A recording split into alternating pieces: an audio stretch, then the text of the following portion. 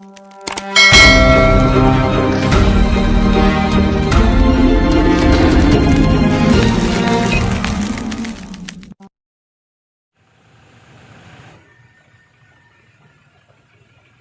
Paripurna DPRD Kabupaten Banyuasin, berlangsung pada Jumat tanggal 11 Juni tahun 2021, kemarin.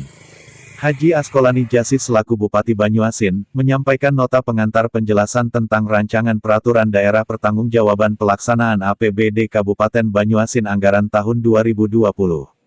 Penyampaian nota pengantar tersebut disampaikan Haji Asqolani di hadapan Dewan dalam Rapat Paripurna 2, masa persidangan 3 Dewan Perwakilan Rakyat Daerah Banyuasin, berlangsung mulai tanggal 11 sampai 21 Juni tahun 2021 nanti.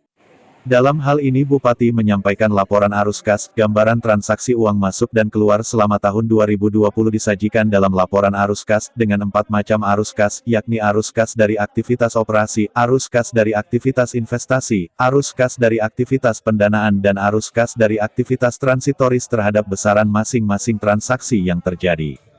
Berkaitan laporan Bupati tersebut Muhammad Nasir anggota DPRD Banyuasin, dari fraksi Golkar, mempertanyakan rincian penggunaan dana tersebut, seperti anggaran refocusing yang jumlahnya puluhan miliar, di beberapa SKPD, serta meminta sektor apa saja di setiap kecamatan yang bisa didorong agar PAD Banyuasin dapat meningkat, karena ada beberapa kecamatan pendapatannya sangat kecil.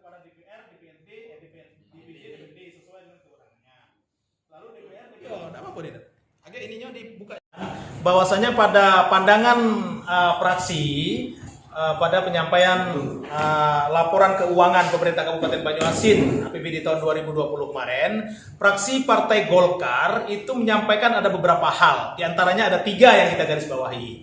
Yang pertama adalah terkait dengan PAD Kabupaten Banyuasin. Nah, perlu teman-teman sekalian ketahui bahwasanya PAD Kabupaten Banyuasin pada tahun 2020 yang lalu itu mencapai 202 miliar rupiah, sekian. Nah, ini kita dapatkan dalam setiap kecamatannya ada perbedaan yang cukup tinggi gitu. Yang pertama kita dapatkan di Kecamatan Banyuasin 3 angkanya mencapai 39 miliar sekian. Lalu di Kecamatan Talang Kelapa ada 17 miliar, sekian. Lalu ada di Kecamatan Rambutan 10 miliar sekian. Nah, ada di beberapa kecamatan, salah satunya itu hanya di angka 60 miliar. Nah, ini kan artinya ada perbedaan yang signifikan. Nah, kami mengharapkan kepada pemerintah Kabupaten Banyuasin untuk memberikan data terkait dengan potensi-potensi pajak pendapatan asli daerah yang ada di setiap kecamatan. Supaya apa? Supaya kami sebagai anggota dewan bisa menganalisa potensi apa saja yang bisa kita kembangkan ke depannya gitu. Jangan sampai kita dari sektor kemampuan keuangan daerah hanya di angka kemampuan di 7,94%. Dalam rasio antara PAD dengan APBD kita itu di angka 7,94%. Ini kami lihat sangat kecil sekali. Seperti itu teman-teman. Itu yang pertama terkait dengan pendapatan asli daerah. Lalu yang kedua adalah yang kami garis bawahi, yang kami soroti adalah terkait dengan belanja tidak terduga yang dilakukan oleh pemerintah Kabupaten Banyuasin pada tahun 2020 yang lalu yang angkanya sebesar 83 miliar, 437 sekian. 83 miliar, 4.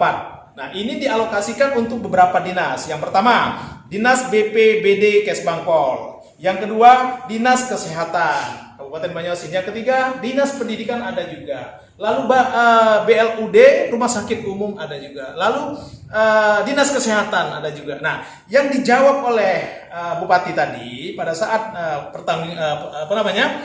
jawaban dari pandangan fraksi, mereka tidak menyampaikan data terkait secara rinci seperti itu. Hanya berlandaskan pada surat keputusan Gubernur Sumatera Selatan, surat keputusan Bupati Banyuasin, lalu keputusan surat dari Badan Penanggulangan Bencana Daerah, Kesbangpol, seperti itu. Kami ingin melihat, menganalisa angkanya.